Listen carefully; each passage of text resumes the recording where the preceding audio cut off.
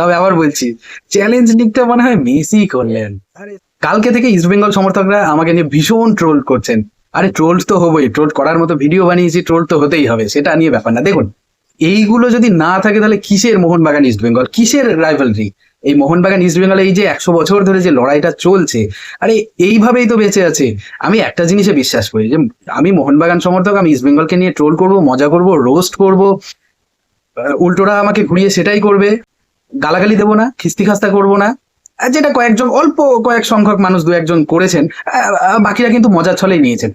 কিন্তু যেটা on a serious note, east বেঙ্গলের কালকে যে পারফরমেন্স, এটা ভীষণভাবে আমাদেরকে লজ্জা দেওয়ার জন্য, ধাক্কা দেওয়ার জন্য, বিশেষ করে আমাদের থেকে বেশি আমাদের ম্যানেজমেন্টকে লজ্জা দেওয়ার জন্য দরকার ছিল। কারণ আমরা ইরানে যাইনি, সেটা নিয়ে ম্যানেজমেন্ট প্রচুর নাটক করেছে, কাপুরুষোচিত স্টেপ নিয়েছিল ইরানে না যাওয়াটা। যে আমরা মাঠে নেমে প্রতিবাদ করেছিলাম, পুলিশের লাঠি খেয়েছিলাম। কিন্তু যে ফুটবলটা কালকে আপনারা দেখিয়েছেন, বহুদিন মনে থাকবে। হ্যাঁ, আমরা এরকম খেলতে পারিনি অতীতে, সেটা না, আমরা এরকম খেলেছি, আমরা কোয়ালিফাই করেছি, সেম ম্যাচ জিতে আমরা দুবার ACL2 খেলেছি, আমরা ডাইরেক্ট এন্ট্রি পেয়েছি ACL2 তে, আমরা করে দেখিয়েছি। সেটা ব্যাপার না আপনারা প্রথম করলেন, বিশাল কিছু করলেন, সেটা আমি বলছি না। আপনারা যেটা করেছেন সেটা দুর্দান্ত, 1 গোলে পিছিয়ে থেকে 4 গোলে জয়, অসাধারণ। এতগুলো প্লেয়ার নেই, মহেশ নেই, বরি সিং নেই, রাকিব নেই, এতগুলো প্লেয়ার বাদ দিয়ে হার্দিক ভাট, সন্দীপ মান্ডি, এইসব নতুন অপরিচিত প্লেয়ার গুলোকে আপনারা স্টার বানিয়ে দিলেন, আপনাদের কোচ স্টার বানিয়ে দিল। সাহস নিয়ে তিনি তাদেরকে মাঠে নামিয়েছিলেন। অনেক সমালোচনা হচ্ছিল, ইস্ট বেঙ্গল ক্লাবের ম্যানেজমেন্টে অনেক সমালোচনা হচ্ছিল, আমরা তো করছিলামই, আপনারা ইস্ট বেঙ্গল সমর্থক হিসেবে করছিলেন, কিন্তু তাদেরকে ভুল প্রমাণ করে দিয়েছেন। হ্যাঁ, একটা সময় মনে হচ্ছিল যে ইস্ট বেঙ্গল এত ভালো খেলছে, অপোনেন্ট আল আরাবির থেকে অনেক বেটার খেলছে, তারপরে কেন ইস্ট বেঙ্গল প্রেস করছে না, কেন ইস্ট বেঙ্গল গোল চাইছে না? ঠিক সেই টাইমে গোলটা হয়েছে। কাকে নিয়ে বলবো?